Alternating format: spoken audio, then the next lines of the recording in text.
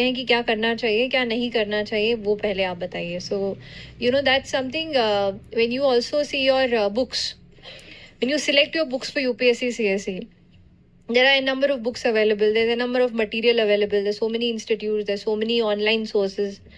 So you have to see कि you have to select on one or two things and stick to that. बहुत ज़्यादा भी sources का diversification में आप मत जाइए. जैसे आप बीए अभी कर रहे हैं, आपकी कुछ सिलेबस की बुक्स होंगी और आपकी कुछ कोर यूपीएससी की बुक्स होंगी. तो एक बार आप उसको डिसाइड कर लिया कि दिस इज समथिंग ऑथेंटिकेटेड, आपने अपने फैकल्टी से पूछ लिया कि इज दिस बुक इनफ, ये इससे ये है, तो you stick to that book. तो what not to do is not to search for n number of sources, n number of materials, n number of notes, n number of things in the market. Whatever you have got, उसको पकड़ के रगड़ के revision करिए. वो आपके लिए ज़्यादा हेल्पफुल है rather than searching for greater materials. Other than the books and notes, if what not to do is कि don't leave a day without a plan. Always have a plan for the day. Always have a plan for the month, for the year, for the, जैसे आप year based चल रहे हो, आप अभी first year में हो, तो obviously you are not thinking कि नेक्स्ट ईयर मुझे पीएससी देना है, but obviously you would think कि मुझे 2 साल बाद देना है, 3 साल बाद देना है. तो अभी कैसे अभी मैं क्या कर सकती हूँ, आज मैं क्या कर सकती हूँ, आज के 1 घंटे में ऐसा क्या पढ़ सकती हूँ which actually will be helpful. And plan your day, don't leave your day unplanned, because उससे क्या होता है कि हम लोग जो मन में आया कर लिया, नहीं मन किया तो नहीं किया. When you tie yourself in a disciplined routine, it really helps bring out the good in you and it really builds up the process. मतलब हर छोटे छोटे चीज़ से, हर छोटे छोटे स्टेप से ही आप आगे बढ़ेंगे towards your UPSC goal.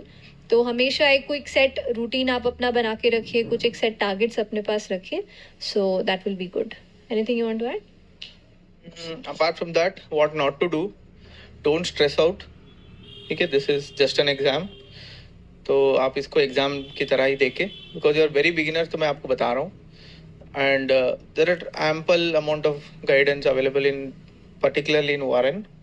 तो बहुत ज़्यादा सबका ना सुने, तो आप ये मत देखिए कि बगल वाला ये पढ़ रहा है तो मगर मैं नहीं पढ़ा हूँ, वो ये सब, तो उसमें ना पढ़े. तो you just trust your self, trust your own preparation. Don't compare your self with others. You should compete with others, but at your own pace, and try to win your own battles पहले. तो उसके बाद then धीरे धीरे जाके once you have reached a certain level of preparation, then you can start picking. तो ये आप you just trust yourself. तो and panic होने का कोई ज़रूरत नहीं है. हो सकता है कि कभी कभी एक चैप्टर पढ़ने में आपको एक पूरा दिन पढ़े लगे, बट आप वो पढ़ रहे हो तो आपको समझ में आना चाहिए. That should be your goal. You should try to understand and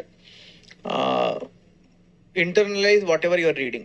तो आपके दिमाग में बैठ जाना चाहिए. एक बार first reading and second reading में ये हो जाना चाहिए. And with every reading you will always improvise. भले आई हैव रेड एटलीस्ट तो तो मैं Laxmikanth is a general book which everybody studies, तो वो मैं एटलीस्ट 8-10 बार तो मैंने पढ़ा है 2 अटेम्प्ट में. With every reading, I used to learn a bit more. I used to understand a bit more. तो with every revision you will improve. तो improvement के लिए हमेशा scope रहती है. And with every you should trust yourself कि मतलब हर revision में आपको और ज़्यादा समझ में आएगा concepts, और ज़्यादा आपको उसमें clarity मिलेगा.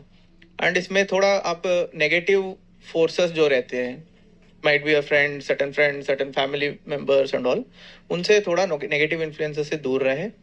एंड आपको मैं ये सजेस्ट करूँगा कि बिगिनिंग से ही आपको सोचना पड़ेगा कि आप एक अधिकारी हो, ऑफिसर बन गए हो, बट कहीं बताना मत बस.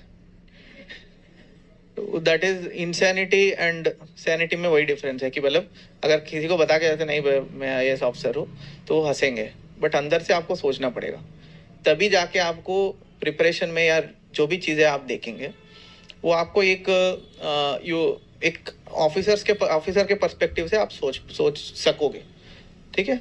You should always think whatever you see, whatever the issues around you, whatever you read, you should always analyse from a